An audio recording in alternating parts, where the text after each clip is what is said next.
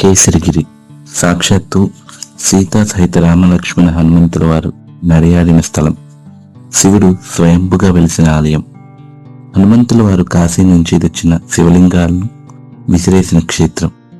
స్థల ప్రయాణానికి వెళ్తే ఇది త్రేతాయుగంలోని మాట. రాముల వారు సీతా సహిత లక్ష్మణ హనుమంతులతో విహారయాత్రకై ఈ ప్రదేశానికి వచ్చారు. అందమైన ఈ ప్రదేశంలో ఒక శివలింగం ప్రతిష్ఠించి పూజించాలనుకున్నారు. అనుకున్నదే తడువుగా వశిష్ఠాది మహామునులను పిలిపించి శివలింగ ప్రతిష్ఠకు సమయం నిర్ధారించమని కోరి, అలాగే హనుమంతుల వారిని కాశీకి వెళ్లి శివలింగం తీసుకురమ్మని చెప్తారు.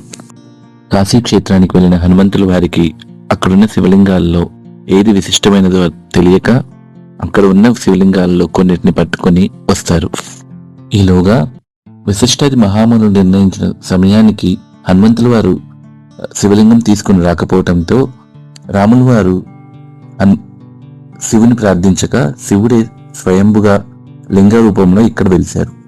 హనుమంతుల వారు వచ్చే సమయానికి శివలింగ ప్రతిష్ఠ జరిగిపోవడంతో కోపించిన హనుమంతుల వారు తన చేతిలో ఉన్న శివలింగాలను అక్కడ గుడి చుట్టూ విసిరేస్తూ ఉండగా అది చూసిన రాముల వారు హనుమంతుల వారిని వారించి అక్కడే హనుమంతుల వారితో వారు తెచ్చిన శివలింగాల్లోంచి ఒకదానిని అక్కడ ప్రతిష్ఠింపజేస్తారు.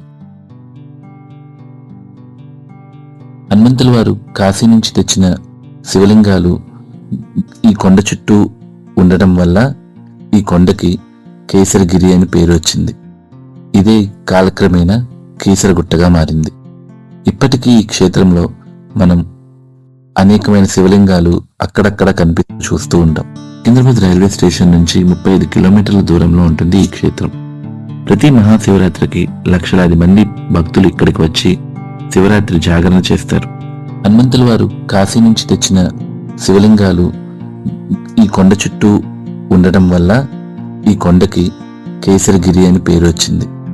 ఇదే కాలక్రమేణా కేసరగుట్టగా మారింది.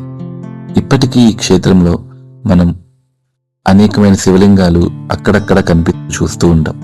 కేసరిగిరి సాక్షాత్తు సీతా సహిత రామలక్ష్మణ హనుమంతుల వారు నడియాడిన స్థలం.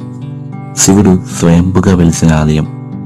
హనుమంతుల వారు కాశీ నుంచి తెచ్చిన శివలింగాలను విసిరేసిన క్షేత్రం.